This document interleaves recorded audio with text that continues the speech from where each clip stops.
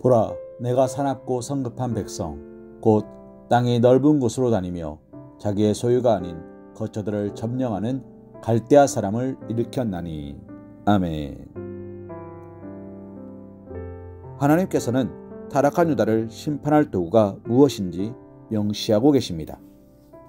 그들은 갈대아 사람들입니다. 갈대아는 바벨론의 다른 이름인 것입니다. 바벨론은 본래 아수르 제국 동방에 위치하였던 작은 나라로서 아수르의 지배를 받고 있었습니다. 그러나 바벨론은 그들보다 북쪽에 위치하면서 역시 아수르의 지배를 받고 있던 메대와 은밀하게 동맹을 맺었습니다. 그리고 점차 그 세력을 확대하였고 BC 612년에는 마침내 아수르의 수도 니느웨를 함락시키고 BC 605년에는 하란에 망명 정부를 두고 있던 아수르의 잔존 세력마저도 제거함으로써 메소포타미아 지역의 새로운 패자가 되었습니다. 그리고 바벨론은 아수르를 멸망시킨 여세를 몰아 그의 유다를 침공하여 여호야김으로부터 항복을 받아내었습니다. 우리가 이러한 사실을 외적으로만 본다면 신흥제국 바벨론의 발흥은 순전히 그들의 계략과 용맹으로 말미암은 것으로 이해할 수 있습니다. 또 바벨론의 유다 침공도 바벨론 제국주의, 패권주의의 확장으로 말미암은 것으로 이야기할 수 있을 것입니다. 당시 유다는 메소포타미아와 애굽의 중간에 위치하여 메소포타미아와 애굽의 세력 중 누가 유다를 차지하느냐에 따라 당시 근동 패권의 향방이 달라지곤 하였습니다. 이에 바벨론은 당시 애굽의 지배를 받고 있던 유다를 전격 침공하여 굴복시킴으로써 근동의 패권을 완전히 자기들의 것으로 만든 것입니다. 이렇게 본다면 바벨론의 발흥이나 유다 침공은 바벨론의 계략과 힘 그리고 당시의 정치적, 군사적 역학관계에서 비롯된 것이라 할 수 있을 것입니다.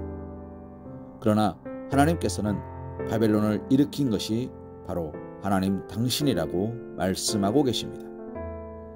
곧 타락한 유다를 심판하기 위하여 바벨론을 일으키셨다는 것입니다. 일찍이 하나님께서는 히스기야가 범죄하였을 때 바벨론을 통하여 유다를 심판하실 것이라고 말씀하셨습니다. 하나님께서는 그 말씀하신 바에 따라 바벨론을 일으키신 것입니다. 그렇습니다. 바벨론의 발흥은 오로지 그들의 계책과 노력 또는 우연에 의한 결과물이 아니었던 것입니다. 감히 그 나라를 대적할 만한 나라가 아니었습니다. 바벨론이 메대와 동맹을 체결하였다 해도 그들의 세력으로는 아수르에 대항할 수 없었습니다. 그럼에도 불구하고 바벨론이 아수르를 멸망시키고 신흥제국이 될 수 있었던 것은 주권자이신 하나님의 절대적 섭리가 있었기 때문입니다. 하나님께서는 서민의 대적이었던 아수르는 물론 타락한 서민의 유다 나라를 심판하기 위해 작은 나라에 불과하였던 바벨론을 일으켜 대제국이 되게 하신 것입니다. 이러한 사실이 보여주는 것처럼 겉으로 드러난 모든 역사적 현상의 배후에는 우주의 주권자이신 하나님의 섭리가 있습니다.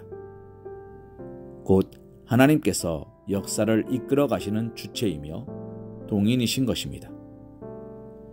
역사는 하나님에 의해 시작되었고 또한 하나님께서 종식시키실 것입니다.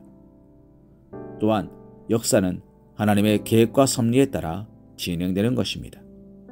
그러므로 우리는 역사를 배우거나 역사적 사건을 볼 때 그저 겉으로 드러난 사실에만 주목해서는 안 되는 것입니다.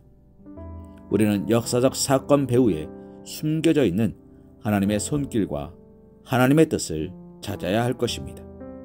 그래야 우리는 역사가 가르치는 진정한 교훈을 배울 수 있으며 하나님의 뜻에 부합한 삶을 살아갈 수 있는 것입니다.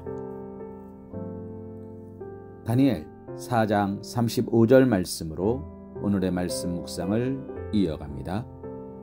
땅의 모든 사람을 없는 것 같이 여기시며 하늘의 군대에게든지 땅의 사람에게든지 그는 자기 뜻대로 행하시나니 그의 손을 금하든지 혹시 이르기를 내가 무엇을 하느냐고 할 자가 아무도 없도다. 아멘.